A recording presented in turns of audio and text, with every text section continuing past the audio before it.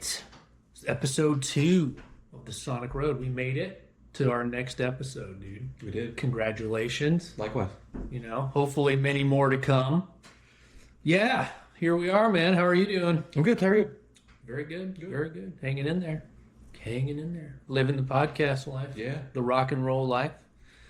Oh, that's the top of the show. So I just want to say before we get started, my rock band Screaming Engines has a brand new single out called 4 Lifetimes. It's available on Spotify, Apple Music, Amazon Music, and anywhere you can listen to music. We do have also a video for the song coming out very, very soon. We'll let you guys know that. Will be on YouTube and anywhere that they host YouTube or, videos. So we'll get it out to you soon. We'll let you know when it's available for you. So follow us on Spotify, Apple Music, or wherever you listen to your streaming, and check out the song. Add it to a playlist. It really helps out any independent bands. Gets the word out a little bit more. Your friends will hear it, and it'll spread the word. So that's some Screaming Engines news for us. We'll have some show dates very, very soon. We're working on that. It'll probably be around the Cleveland, Akron area to start. So we have some irons in the fire there. So getting that all together for the remaining of 2025.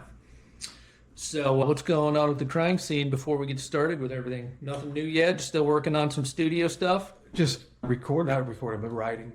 Writing. Came up with a lot of good ideas. Cool. Into the wee hours of the morning. Yeah, you said you were working until 8 a.m. in the morning, all night long. Yeah, it was cool. It was fun. That reminds me of the younger days when we were, young and dumb. Yeah. Stay in the practice space for hours and hours, just writing, figuring things out. So that's good, man. Yeah, now we're just dumb. Yeah, old. We're old and dumb. No, we're fine. I mean, whatever. It's a passion, So I mean, how many people spend countless hours, just watching sports and stuff? Oh God, so many. And there's nothing wrong with sports. Nothing wrong. But there's nothing wrong with having a hobby. But I guess if you're a musician, you can take it to a new level. Yeah. So yeah, well, that's respectable, dude. Thank you. Good job on the work. It was fun. Can't wait to hear it.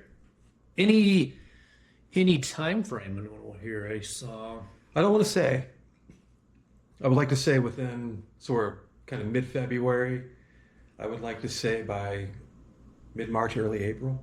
Mid-March, early April. Okay. Which we're keeping them on that. Will come quickly. Yeah. Oh yeah. Yeah. Very quickly. It's moving so fast. I mean, as we record this, it's February, and freezing in Cleveland, Ohio. Man, we're getting a winter this year. God damn it! Mm-hmm. All this global warming talk. I would like some. I mean, personally, I'm one of those guys that I want palm trees on Lake Erie. I'm down for it. Mm-hmm. Right? Work, right. I like a little winter, man. I like a little fall, but we're past little winter. This is big stuff. It's been pretty intense. Yeah. We're getting a winter this year for sure. Anyway, this is not a weather podcast. I just wanted to bitch and moan about the fucking winter. So what's going on, man? We got announcements this week from several acts that we love, on the scene. We'll start with this Black Sabbath one reunion show that was just announced this week. Appears to be Ozzy's last show, man. With Sabbath? Forever. Or just forever? It seems like it's forever. Yeah. It says final solo show and a Black Sabbath reunion. This takes me back to the first Ozfest. I believe that was a full Ozzy set and a full Black Sabbath set, all original members. Wow. And this is how he's going to cap off the last of it. Yeah. Some of these articles coming out, they say he has said that he can't walk anymore. Mm-hmm. So it might, but he said his voice is strong. So, I mean, I saw him about probably 5 years ago now when they came to Cuyahoga Falls, and man, he was on fire. Yeah. And Zakk Wylde was playing with him. Mm-hmm. Blasco was playing with him, which I talked to him on my previous podcast a couple times. Yeah, he sounded awesome. It was great. We'll see how this final show for him works out. I'm sure it'll be fun. A lot of rehearsal. Hopefully, he can get through this, and it'll be a nice cap off to his career. It kind of makes me a little sad because we're watching all these legends, kind of disappear, He's got to be one of the most passionate people of all time. just for life in general. I would say. Yeah. I mean, you know, Yeah. I'm sure he's paying it on the back end now. I mean, for his lifestyle that he had, but Yeah. I mean, but he is old, so he has made it this far. But yeah, I mean, he's always wanted to continue, and I mean, from what I've read over the last couple of years, he's been struggling, as I understand it, Parkinson's disease. Yeah, my grandfather had Parkinson's. Oh yeah, Yeah, my mom's dad. that's tough. Yeah. Yeah, and it takes a long time to degenerate. Yeah, I guess. bad. But it's good to see he's going to give it one last shot. It's in Birmingham, England. Many acts are on the bill with Black Sabbath. I didn't ever think we'd see another Black Sabbath tour. But it's not tour. It's one last show. But Ozzy's doing a solo set. We got Metallica, which we talked about on the last episode quite a bit. Slayer is on it. The new Pantera lineup is on it. Gojira, Alice in Chains, Anthrax, Mastodon. I mean, and a whole bunch of others just stopping in and probably doing a couple songs, it looks like.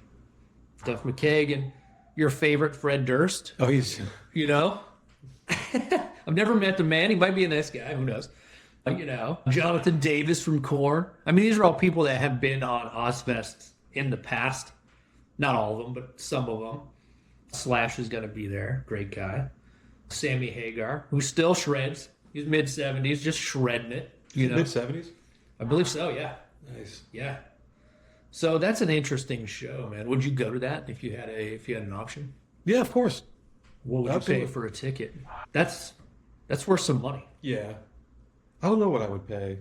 $1,000. I mean, Take the Pearl Jam model. $1,000. God, they're charging $1,000. The resellers probably are. Maybe. You know, it's a big conversation. Yeah. You know. Well, dude, there was people were paying, I think, like $800,000 or $900,000 for the Eagles in Cleveland, which I might pay that much to not go. Pay that much to not go. They could pay me to go. Yeah. They paid me $1,000 to go. Nothing against the Eagle. I mean, that was one of those bands that I recently kind of tried to listen to again because, at being a little older, because I rejected the Eagles when I was younger. Yeah. I was like, everybody was listening to Eagles in like junior high school. You know, a lot of the kids were listening to that stuff. We're all rediscovering all that classic rock along with all of our 90s bands. So we got the best of both worlds, but the Eagles was one of them that was huge. And man, I just couldn't get into them. Yeah. Just couldn't get into them. And then recently, probably within the last year, I saw a video of the Eagles in like 1977 or something. And they're just warming up to a song called Seven Bridges Road. And it's just them singing. There's no guitars or anything. And it blew my mind. I was like, holy shit, it's so good. And you should listen to it. And it's just a little snippet of the song. So I went back and I downloaded the song. And I was like, this is a really good song. So I did the research on the song. And it's actually a cover. But they made it an Eagle song. Like the original song is just one guy singing. I can't remember the guy's name. Steve Young, it might be. Not related to Neil. I want to say that's his name. It's kind of a folky Bob Dylan kind of song. And these guys just took it and made it like a 5-part harmony or 4-part harmony or whatever it is. And just slay it. And they're just at the backstage just destroying. I mean, It sounds perfect. Mm-hmm. It's like, what the fuck? Yeah. They're sitting in a circle. Yeah. And they count it off and they just do it. And so I was like, all right, maybe I'm missing the Eagles. So I went back and listened to their catalog. I was like, no, it was correct. I understand why. I respect the shit out of them. They're so talented, but man, the songs just don't do it for me. Yeah. And there's one of those bands that are huge and I just could never get into them. Fair. Yeah, so, but yeah, man, here we are, a fucking Eagles rant. So I wonder how these additional performances, I wonder what these people are going to do. Play a song with them or? All of them could play a Black Sabbath song that Black Sabbath isn't playing. There's so many good Black Sabbath songs that they're album tracks. Right. You know, that's the great part about Sabbath. They had all the hits. They had War Pigs, they had Iron Man, they had Paranoid, Sweet Leaf, but then there's all those deep tracks. And I'm not saying that is what they're going to do, but I would assume so. Maybe Ozzy Osbourne tracks. I mean, that would be cool. Stuff off Sabotage? Sabotage, dude. I mean, Sabbath, Bloody Sabbath. Yeah. What the fuck? I mean, that's probably my favorite Black Sabbath record. It kind of ties with Volume 4.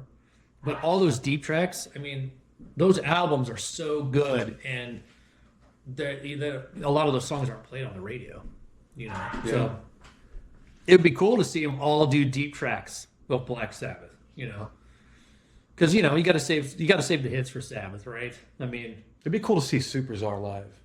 Superstar, who's that? Superstar is a Black Sabbath song. Oh, really? On what album? It is off of Sabotage. Sabotage. I have Sabotage on vinyl. Now I have not listened to that album in quite some time. I need to go back and check it out. What else is on there?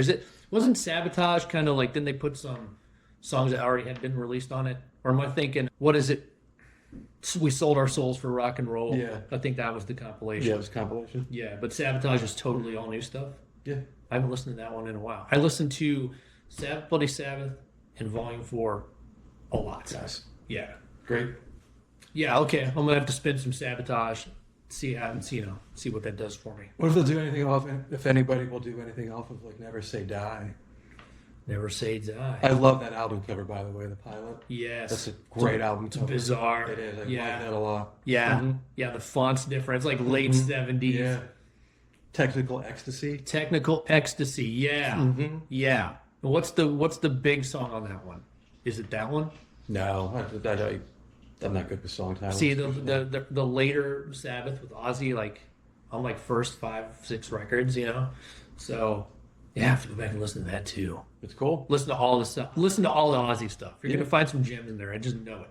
And, Sabbath was diverse, man. They were. I mean, almost like they got the bad rap in the 70s because the aesthetic, the aesthetic was,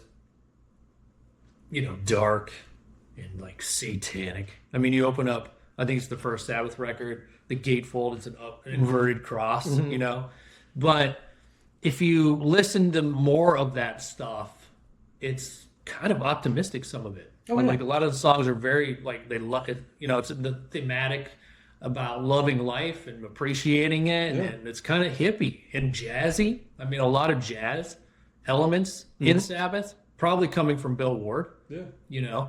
keeping that. Yeah. Because, I mean, weren't they in, like, blues cover bands and stuff? Before they Oh, I'm did sure, Sabbath? yeah. I'm sure they learned from the jazz and blues greats, just like a lot of people in England did. Yeah. We just went and saw the new Led Zeppelin documentary last night. How was that? Becoming Led Zeppelin. Where'd you see it? It was in IMAX in Crocker Park. Okay. It was fantastic. Yeah.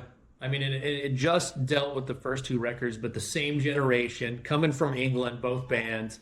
And, I mean, Zeppelin was fully formed in their late teens. I mean, they were, John Paul Jones and Jimmy Page were studio musicians long before Zeppelin, and then the Yardbirds. But then they come in to start Led Zeppelin, and all fully formed already and very diverse. I mean, a lot of bands weren't doing electric and acoustic guitar, and Jimmy Page was. They were doing mandolin, all kinds of different shit, and they were already educated in all that stuff at such a young age. So that's why they just exploded. But Sabbath is similar to Zeppelin in their diversity of playing and their sounds and everything. Yeah, absolutely. And I don't think they get a lot of credit for that usually. It's all They don't. it's just they're the godfathers of heavy metal Yeah. or whatever. Yeah, people often don't give quote-unquote metal musicians the credit they deserve for their skills and talents and innovations. Right. And their diversity a lot of times. So exciting. That's an exciting one, man. I mean, I'm glad to see it. We won't see it. It's in Birmingham. I'm definitely not going to Birmingham. That'll be an emotional show for people, too. I mean, it's Yeah. end of an era, they call it, really. Yeah, it is. I mean, to recall what I said, it's sad to watch these guys get old and, kind of pass away or just stop completely. Yeah. I mean, he was, it says here, I mean, he was trying to say goodbye to the fans. He never got a chance. So this is that final. It's a good way to end it. Yeah. It's a good way to end it. I mean, what a life. What a career. Yep. Me and you have both seen him several times, right? I mean, I've seen Ozzy 5 or 6 or 7 times maybe now. So fortunate. Gen X was fortunate, man. We got to see all those great classic rock band, most of them that survived, and it was all intertwined with our music. Yeah. So we were inundated with Yeah, it was great. good stuff, And we're still here for the new stuff coming out. Right. The I new mean, innovators, yeah. Right, you got to dig a little harder to find them because it's not in the mainstream anymore. But whatever, man, that's part of the fun. I mean, back in the day, going to record stores or, I know I'm dating ourselves, but the kids don't know. Like the anticipation of a new album coming out, where you had to go to the store the day of and wait in line. And Midnight Madness sales. yes, Midnight sales was fun. they don't have Midnight Madness MP3 sales or streaming sales anymore. That kind of anticipation is gone. That's kind of the sad part of getting everything instantly. You know, it's cool. It's cool to be able to do that, but at the same time, it's not the deferment of instant gratification. Yeah. But right on. I mean, that's cool to see, and again, a perfect way to end a career. Well, dude, you got you're a big fan of the band The Sword. There's some info going on with The Sword. They're coming back. Yeah, The Sword, which is huge. Man. Yeah, look in here. I mean, they're announcing reunion shows. Love The Sword. Loved them for a long time. Saw them several times back in the day. I've talked to Kyle Shutt, the guitar player, on my previous podcast. Great dude. Great guy to have a conversation with. We're trying to get him on now. It'd be great to talk to him soon about what's going on. I think when I talked to him before, it was during COVID, so everything was pretty shut down. Yeah, that long ago already. Wow. Yeah, and he was releasing a solo album, so he did that on their downtime. And then they got back together after COVID for like a tour with Clutch. So we thought they were coming back, but then they pulled the plug. Yeah. So I think their singer JD just needed some time off. I've read some of the stuff, and they said we just needed to take a little break. It sounds like, but you never, when you're this young, you never take a full break. You can't stop playing. I mean, Eric Clapton has been saying he's going to retire for years. Like, dude, you're never going to retire. Come on. So I think The Sword probably has some kind of vibes like that. Of course. They say there might be new Sword music coming. It's probably going to be pretty diverse, but that's great that they're getting back out there and doing it, man. It seemed kind of premature when they pulled the plug. Yeah. They're probably just tired. Absolutely, yeah. Probably need to take a little break. I mean, you talk about longevity, about Jerry Cantrell, man. Oh yeah, he's another one, man. Yeah. I mean, he's released a new record called I Want Blood, which I listened to this past week. Solid rock and roll songs, man. I mean, he just came out with an interview and strong statements here. I mean, he's saying bands aren't built to last, and he kind of breaks it down. This is from Blabbermouth. If you guys want to check it out, but I mean, a different perspective on careerism in the music industry. It is tough. I mean, especially a band like Alice in Chains that just burns so bright very quickly. Yeah, and kind of fell apart within the decade that they got together. So, I mean, I was always the guy, proceed with caution, but when they got back together, when was that, 2006, 2007, I think, with Black Gives Way to Blue. Yeah. Everybody was like, what? You're replacing Lane? Yeah. I don't know, man. I don't know, but the first song that they released was like 6 minutes, and it was heavy as shit. It's a great record. Just a dirge, you know? And I was like, oh. And then I was in. Yeah, it's very good. With William Duvall. Mm-hmm. I was like, okay, I get it. I get it. And everything that they went through with Lane, you can kind of see in the undertones, like, how they loved him so much, and, he was such a talent. But I'm assuming, and I don't know for sure, I'm just kind of drawing thoughts from what I've read and seen, about that whole situation. It's like, probably a little bit of anger, because, I mean, I've lost friends to drugs too, and you do feel that. It's terrible. It doesn't get articulated a lot, especially in the press, but I'm sure there was a little bit of anger towards, Lane a little bit. And I don't know for sure, like I said. So I'm just kind of drawing from, my past experiences and how I felt when I lost somebody to drugs and alcohol or whatever it was. And so, you kind of go through those feelings. And so when they got back together as a fan, I was a fan from day one, facelift. I was like, they kind of had their careers kind of swept out from under them. It's like, go out and pay tribute to Lane, and they did that in a very tasteful manner. They've been, the members have done, 3 records as Alice in Chains, and there's some bangers on those albums, They're very good. My small critique would be that it's not as weird as when Lane was in the band, like, in an endearing sense. Right. Yeah. I mean, that's cool to us. Like the 3-legged dog record, it was their weirdest one. I was like, whoa. Mm-hmm. I would love to see him go back and do just complete off kilter record like Yeah. that, you know.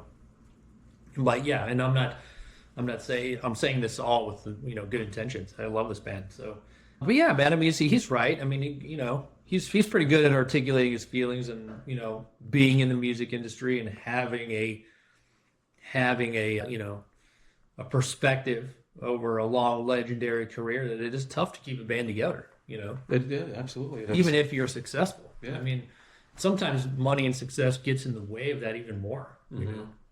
I've heard stories from other Seattle bands that are still around. I won't get into it today, but where you're not hanging out in a room anymore. When there's money, you're not hanging out in a room. You're not going out to bars together. You're kind of losing that vibe. Yeah.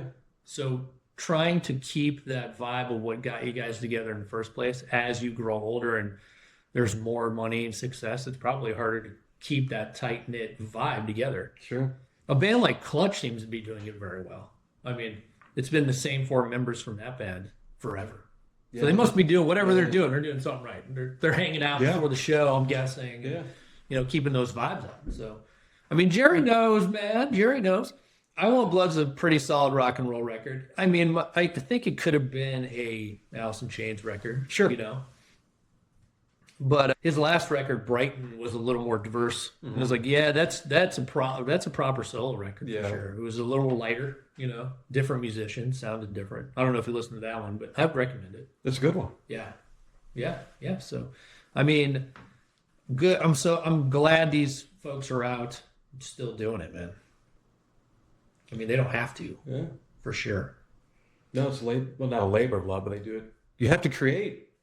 You have to get out there and do it. It's just instilled in them, ingrained in them, I should say. Yeah. It's just part of their existence, part of their being. Right. I mean, even, players like us, I've been doing it my whole life, and it's like I haven't seen a lot of success, but I mean, I've redefined what my success is. And it comes with, there's no money on this level, but that's okay. I mean, I think the success comes in the creation of it, finishing a project, having that. Yeah. And that doesn't go away. I mean, that's part of your legacy. Sure.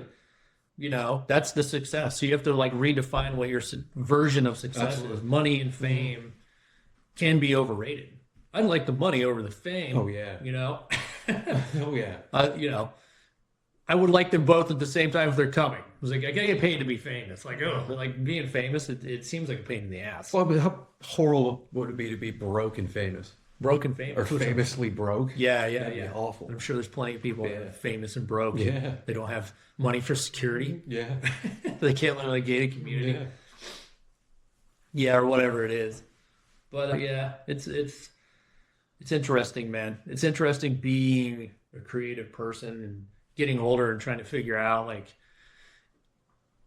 what it means to you and what does creativity mean, and what does finishing a project look like? And then what are you going to do to get it out into the world? That's an overarching conversation I've been having with friends, loved ones who are creative. It's like there's this, static on promotion, And should you be happy with your end result? So maybe right. Satisfied is the word. Right. Which is... I'm going to make a sports reference here. I know this is a music podcast, but a sports reference. Yeah. Tom Brady. Okay.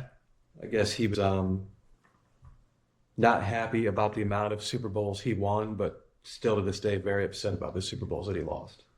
Still upset. Yeah. See that... Drive. Yeah. That's how he got to where he was. Right. So I see, it's a shame when you see people getting jealous of other people's success because it's like, well, okay, so what are you doing? Right. Looking at their Instagram, if they have 2 posts and they're not doing anything, I mean, it's like you can make the best song in the world, but you're competing against the sea of information going to every consumer, including me and you and everybody. We're inundated with all of this stuff. So it's more important now than ever to cheer on your artist friends, your musician friends who are promoting themselves. It really is.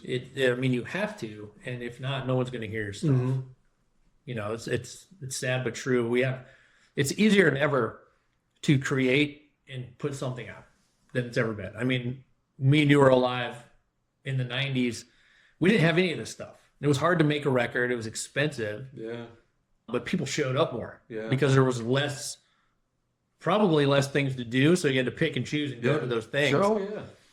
But now there's so many things to do. There's so much information. So you have to fight to get your music pushed through the veil of information, you know? So I cheer it on. I encourage it. Shameless self-promotion.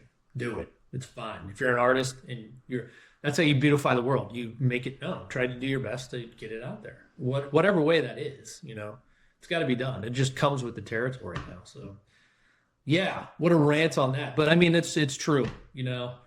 Define what your parameter of success is. Keep it reasonable so you don't, you know, disappoint yourself, and then, you know, move on. Keep going. Just keep going. Something will work out. I don't know what even workout means. It's like, do it for the love of it. Everything else will fall into place. Promote it. Yeah. You know, for sure. Do it for you first. Do it for you first. You got to do it for you first. Yeah. Like Phil Anselmo's hardcore Housecore records. They say, we owe you nothing. You know, that's true. Mm-hmm. Artists don't owe you anything. Yeah. You know, he's abrasive in that. He's like, I'm doing this extreme music with my label. I think you should throw a rock band on Housecore every now and again. Actually, Down should be on Housecore. You know, are they now? I mean, me, I don't think so. I don't know what before Housecore technically. But well, I think it was on his own, right? What Down? Well, the first Down record was on Elektra, right? Elektra or Echo or yeah, Down's always been on a major label. Yeah, I believe it'd be cool if you could get it on Housecore. Yeah, the new one. Yeah, you know, we'll see. We're huge Down fans, like we said in the last episode. So that's another one that'll be interesting. New Down record coming out this year. But yeah, I mean, going back to that, I mean, independent band. I mean, he practically is. I mean, he's with Pantera, but Pantera's not a creative entity anymore. Down still is. He's in a bunch of other bands, and he's got the life. He's got his own record label, doing what he wants to do, and he's defining his interpretation of what success is. Mm-hmm. So, yeah, it's cool, man. Very cool. So the Sword coming back. They need a Cleveland date. Bring it on, fuckers. Let's do some grog shop. Do 2 nights at the grog, all right? We're down for it. Another band that's kind of on their level is Baroness. They just announced a tour, and they're playing their Red album and Blue record in their entirety, both of them. I mean, if you're not familiar with Baroness and you're a heavy metal fan, I mean, dude, go check those fuckers out. I mean, they're kind of proggy. They got a little prog, a lot of heaviness. I love their last album, Stone, which came out over a year ago now. Very good. They're very diverse. They have light and dark and all kinds of different elements to them. But they just announced the Red and Blue North American tour coming to the Grog Shop in Cleveland. Sadly, I won't be at that one. I'll tell you guys why later. But I think we might hit Pittsburgh, huh? I'd love to. Might hit that Pittsburgh show. Yeah. Maybe try and talk to them. It'd be cool. Great band. Been listening to them for years and years. Many years. I have Red album on vinyl. I mean, their singer, John Baisley, does the album artwork too. So if you guys don't know that, extremely talented graphic artist. Yeah, he is. I mean, unbelievable. Yeah, amazing. Did you guys play with Baroness once? Did we play with Baroness? Us being Burn Blue Sky? Yeah. No. You did? We did. We played with, you might be thinking of the Metal Alliance tour. We played that show at Peabody's, and that was quite a while ago. Was it Baroness with the Hermit show you played? You're thinking of Kylesa. Was it? That's what we're crisscrossing there, because Kylesa was from Savannah, Georgia. Yeah. But I think actually Baisley did a couple of their album artworks. Definitely did, yeah. Yeah, I think that's. So it was Kylesa. Okay. Right. Yeah, Kylesa was on that. Mm-hmm. That was a great show. Yeah, it was good. That was legendary shit. It was a big deal. That was really fun. Yeah, jam-packed. Couldn't move. Were you there? Yeah. Did we talk? Probably. I can't remember. Well, here's what I do remember about that show. It was Metal Alliance, Kylesa, Trouble, Helmet, Crowbar, Red Fang, Burn Blue Sky. Our buddies in Root is at Peabody's Down Under in Cleveland, completely oversold. Yeah. I mean, oversold. We couldn't move. Yeah. We had plans, man. We were going to go see all the bands. So we played our set. By the time we got off stage, the place was packed when we got there. But by the time we got off stage, there were so many more people in there. Like, we could not move. Yeah. So we were at the side stage. We play. We go out there. It's us. We're right by the merch booth. We have our shit there, and we're talking to a couple of the other bands there. The guys in Crowbar are there, and the guys from Red Fang. So we got to talk to all of them. We're hanging out, kind of stuck, like physically stuck. Physically stuck. We couldn't get to the other stage because there were so many people, Right. and we missed Crowbar because we couldn't get over there, and we missed Helmet. We could hear them, we could see the tops of their heads, but there was just no way we were getting over there. Yeah. Man, you don't see shows like that anymore. No, you don't. No, I mean, not this overselling gangster shit, you know. It's like, but yeah, that was a great one. No Baroness on that one, but I wish I'd love to play Baroness. I mean, maybe get some Burn Blue Sky back together, then we'll talk to Baroness. Okay, You don't know us at all. You never heard of us, Yeah. but we'd love to play with you. I'm sure A man can dream. Yeah, I'm sure they never get that. No, never. That would be a first for them. But that's an exciting tour, man. We'll try and hit that Pittsburgh date. That'll be a fun one for sure. Yeah.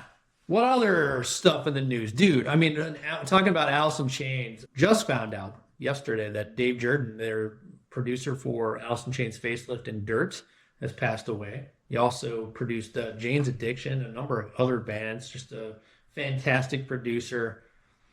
You know, he had worked with all kinds of people. I think he worked with, Jane's Addiction. He worked with Red Hot Chili Peppers, the Rolling Stones, you know, all these struggling artists, Talking Heads. You know, again, another sad one to see, you know, not only the musicians kind of going away, but the killer legendary producers that we love so much in this scene. So, And mind, they were working with the actual tape. Oh, tape. Yeah. It was, I mean, when you say tape, it's literally committed to tape. Yeah. A lot of people already know that, but now you can pull up some pretty incredible stuff, just run an Ableton on your laptop. Right. I mean, you really can. Right. And that's great. That's a great thing. But there was definitely an art to producing and recording when things were on tape like that. It was an entirely different animal. Entirely different animal. It goes down to the physicality of doing edits with a razor blade. Yeah. And they would have to cut the tape at a perfect spot, perfectly, and tape it together to edit the tapes. I mean, that's what these old school guys did back then. What the skill set to learn, and a masterful skill set at that. That, again, going back to the internet stuff, the Pro Tools and the computers, like, it's taken all that out of it. I mean, good for the creators that don't have a lot of money to pay for a producer. Right. That's the good. That's the good side of it. But to see that kind of floating away from our off the planet is it's kind of a bummer sometimes. Yeah. You know, It's just an old way of doing things, man. It's you look at old architecture, that will never happen again. Yeah, I would like to think maybe it's coming back a little bit. Maybe. Because they're with architecture they're putting brick and mortar back into it. It's not aluminum and just glass. Right. It's not that post-Marxist, Soviet style stuff. Yeah. Some of that's around here in this area, these ugly gray, disgusting looking buildings. Apartment buildings that look like a Soviet prison. Right. Yeah, pretty much. We have a lot of that here. We're like, ugh, just tear that down. Yeah, it's like a beige brown color. Yeah, or just dark gray concrete. Like, can we build something that looks nice and that ages well too? That would be awesome to start seeing that kind of thing come back. But a man can dream, But right on. I mean, rest in peace, Dave Jerden. What a legend. He did a Facelift. What a record. Dirt by Alice in I heard on a Facelift, one of the guitar tracks, obviously multi-track guitars, one dedicated track on that was a tiny little portable, like battery-powered amp. Oh. So they ran like 2 tube amps, and that was thrown in a mix somewhere. Yeah. Pan, left, right, whatever it was. It was low volume, but it definitely added a lot of dynamics to it. It was really interesting. Right. Yeah, it's wild how they came up with some of these sounds. Yeah. I mean, it's kind of off kilter, off the cuff. Yeah. Duct taping things together and seeing what happens. Sure. I mean, that's another thing. It's like, there's so many tools at our disposal that are just digital tools. And those are great. They can make the process so easy, but like really experimenting. Like imagine like Jimi Hendrix back in the day. That's all that dude was doing. Yeah. They didn't have distortion pedals. No. I mean, they had to slice cabinet speakers with razor blades to distort them and things like that. It's like they invented it as they were going. Yeah. Like even going back to the Led Zeppelin documentary, I mean, in that documentary, Jimmy Page is saying how they got that echo effect on the first record, how they had to reverse the tape and, kind of capture that way. It was just hands-on, tactile, actually doing it. Yeah. Well, I know with the Judas Priest's British Steel record, there's a part where, for percussion, I was just synced up with the drums. In the mansion they rented a mansion, recorded it. A silverware tray. Pick it up and dropped it. Yeah. Just to add some nuance and dynamics to it. Some vibes, Just really interesting thing. Yeah. Or, like, there's raining outside the studio, you want a rain track, do it at the end. Just stick the mic out there, not just go and download a generic rain track. Actually do it there. Yeah. I mean, that kind of stuff matters because it's like part of the moment. Yeah. It's part of the place. Of course. It's part of the facility you're in. It's part of the story, So I would recommend anybody making music kind of keep it that way. Like make it authentic. Don't go to the digital tools all the time. They're fantastic. We use them in the Screaming Engines. Use them in Burn Blue Sky, of course, but not overdoing it. You're just kind of using it as what it's meant for. Not to do the creation, but to just enhance it a little bit, to make it easier. Yeah. A little bit easier, so you don't have to waste a bunch of time. You can have so many different amp sounds. And they've gotten very convincing. Oh my gosh. They really have. But you don't have the feedback. I mean, you can make it happen, but I was plugged in last night on that Ableton program, and nothing. No sound. No hum. No hum, yeah. Which has its merits. Yes. It's nice. Yeah. But so is that hum, and you feel the...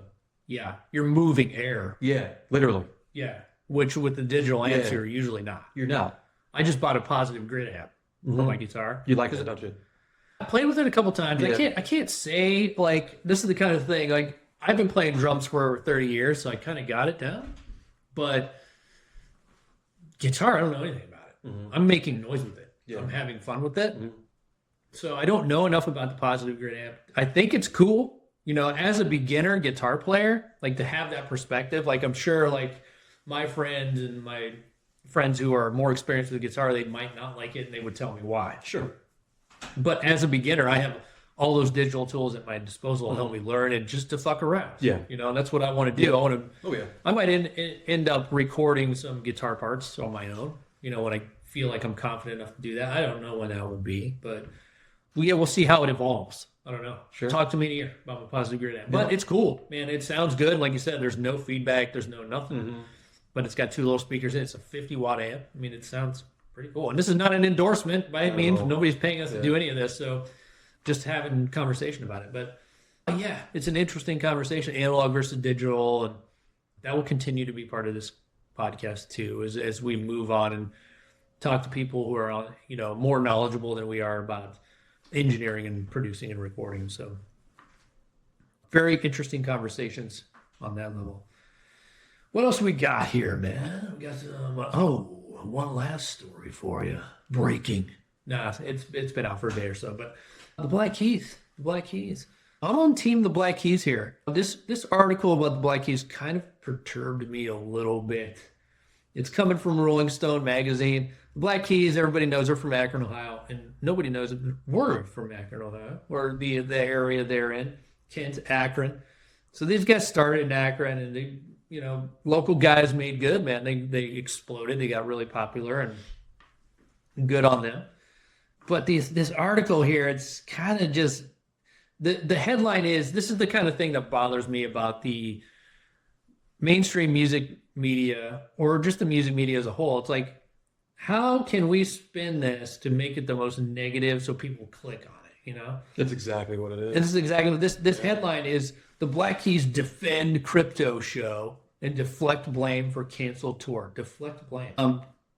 This is from Rolling Stone. I mean, the Rolling Stone right off the bat, guys. Like, you sound like a curmudgeon. Like you're coming right off with negativity. Can we stop that shit? I mean, we're gonna try our best to stop that here, but I think criticism is necessary for this kind of stuff because it's been going on for so long. I mean, they're insinuating here because the Black Keys did have to cancel their arena tour last year. You know, Pat explains it in this article very well. I mean, it's, you know, they fired their manager and it was like collusion with the manager investing in these venues and kind of getting in the way of him actually doing his job as I understand it, like not booking a full tour. To be clear, the manager was the one investing. Yes, the manager was the one investing that they fired. So, and this is alleged. I don't know the manager side of the story, but I'm just reading the article. So we don't have the tip. We're just talking about it. But it seems like they were just kind of caught up in this wave of bullshit, and they had to cancel their tour. And Rolling Stone is sitting there criticizing them because they did a crypto show, I guess. It was an action committee show trying to get attention to the crypto community. And it's like underlying here. It's like weird crypto show. Like, why is it weird, man? They say here it's a bipartisan group that does that stuff. It's like, why are these media outlets trying to frame these music groups into one category or another? Yeah. And I don't want to get political, but it seems like it's a left-right thing they're trying to do in this article. Can't we just talk about the music? Like, everybody's tired of this stuff. Yeah. I know I am. Very tired of it. And they seem a little perturbed in here, and they should be. And, quite frankly, I'm on team the Black Keys on this one. Rolling Stone, just kind of stop, man. I mean, you guys have been around for decades. You don't need to do this negativity to get people to click. Just write good articles about bands. I mean, we don't have to be so dramatic, right? They're not doing anything wrong. And the Black Keys can do whatever they want, And the good news is, I mean, they have a new song coming out. They have a new record coming out. They've been very prolific over the last few years. The Black Keys have been releasing a lot of records in the last 5 to 6 years. So they rebooked their tour. And, it's going to be smaller venues, but boo-hoo. I mean, me and you, we said in the last episode that we love smaller concerts. So, to see the Black Keys in a more intimate venue, I haven't seen them in years, but I'd love to see them in a smaller venue. I think the last time I saw them was at the Agora in Cleveland, and this was like 2007 or 8. I do remember that. The reason why... Were you there too? Yeah, but that was when that was like the week you could no longer... Smoke cigarettes indoors. In Ohio. And all these people were like secretly smoking. Yeah. You're obviously smoking. Well, do you remember this though? It was I believe it was sponsored by Camel cigarettes. Yeah. So they were giving out free packs of Camel cigarettes at the door. Yeah, you just had to give them your ID, and I think they sold your. Just like when people start selling people's information. Yeah. I think they scanned your ID. Yeah. Oh, you smoke, do you? Yeah. Here's a free pack. I think they gave me a free pack of cigarettes, though. I gave it to our buddy. Ben? Yeah, our buddy Ben. Chimney? Even Chimney? Yeah. Yeah, he's like 17 feet tall. Yeah. Yeah, he was in Burn Blue Sky for an album or two. What are you, chain smoker? You say album or two or an hour or two? Both. We love him. He's great. Yeah. Phenomenal human being. We just tease him every now and again. But he is 7 feet tall. That is 17 feet tall. That is true. Yeah, he's Mr. Gangles, dude. But yeah, I gave him my pack of cigarettes. He probably smoked them all that night. Yeah. Yeah, but it was. People were pissed. I wasn't pissed. I was like, "This is radical. This is the last we're gonna see of this." Yeah, I don't smoke, and I loved it. I thought it was awesome. It was hilarious. You could stand the smell of your clothes the next day. Yeah. Oh my God. Yeah. I wonder if the Black Keys remember that show. I'm sure they do. It was I think it was on the Magic Potion tour around that era. 06, 07, maybe. Not 08. It was 06 or 07, I think. Yeah, I want to say. I could be wrong, dude. I'm getting old, and some of these dates, I fuck them up. Sorry, guys. I'm not going to be perfect every time. And what caused the problem with the Black Keys thing? You mentioned the investing in venues. Right. And what that caused was postponing dates, you said? Yeah. To wait to the then managers, the venues were ready, so Yeah. he could have them play at the venue he was part owner of. Yeah, so he could make more money? What's the fucking point, man? Yeah. It feels like you're missing out on cash if you're not booking 30 days for the Black Keys as opposed to waiting, giving them 10. I mean, because even Pat says he's 10 dates, we can't make any money, which sounds crazy, right? I mean, because the Black Keys are obviously guys that are doing well. They have money, but they have a whole crew on retainer, so they got to pay those people even when they're not touring it, unless I'm misunderstanding it. But on retainer means they're paying them for the whole year, I would assume. We might have to get somebody on this podcast that knows more about this, so we can actually have a really good conversation, well informed. But judging what he's saying, yeah, it makes total sense, man. I mean, it's corruption. It's like, can we just book a tour? Yeah. Have a good fucking rock and roll time. Everybody makes some money. Have a good time, but it has to be this. And keep people on retainer. I mean, it's probably not easy to find great people Right. to be on the road with. No, you got to keep. Yeah, you have to keep. Because they'll go somewhere else. Yeah. I'm sure a lot of bands need excellent crew members, sound guys, and lighting guys. So and all that important. stuff. Yeah, this business is tough, even when you are successful. Yeah. And you're traveling with them too. You want people you can get along with. Right. You want people that, you don't want somebody that's a terrible human being that might be good at what they do. Right. Yeah, that would You be don't want to good. share a bus with them, or No. No, No, you can't have any drama on these tours. no. You got to have a well-oiled machine. You got to get out there and do it. And if I was in that position, a band in that position, told me it was starting trouble with it. Get him out. Let's go. Yeah. So yeah, man. I mean, it's. I'm glad to see that they're bouncing back. They have a new album coming out. I think this is on here. It's called No Rain, No Flowers Tour. It's called, but I think that's the name of that record. I could be wrong about that. But yeah, good. Go do smaller venues. You guys will be fine. I mean, it's probably not as much money, but it's more efficient, and everybody's still making a good living. Come on. And the fans would appreciate it more. I'd love to see the Black Keys again at a smaller venue. I mean, just selfishly, like the arena tours and stuff, and which we talked about in the last podcast, it just kind of loses its vibe. So, You can, for sure. hey man, do 2 nights in a row at a smaller venue, if you can. That'd be cool. Yeah, it'd be fun. Do Akron 2 nights in a row. Let's go, dude. Let's do an old school Black Keys Akron show, which they do, and they did that crypto show in Akron. So, I mean, they'll come back and play like musical, like tiny ass venue sometimes. I'd love to see them do that stuff some more. So, good and bad, take the good and bad. I'm glad they're bouncing back. Like I said, we're on team the Black Keys on this one. The business side of music can be disgusting sometimes, and the journalism can also be disgusting too. When you're just doing things for clicks to be negative. Damn it, stop it. Yeah. But yeah, man, that's a lot. What do you think? Time to sign off? Got anything else to say? I don't have anything else to say. I think we covered it. Cool. Well, Enjoyable conversation. yeah, right on, man. More to come. We're lining up some guests now. So this is only our second episode, so we are doing that. We have people in the works, so we'll announce soon. We're excited about that. And we'll be back real soon.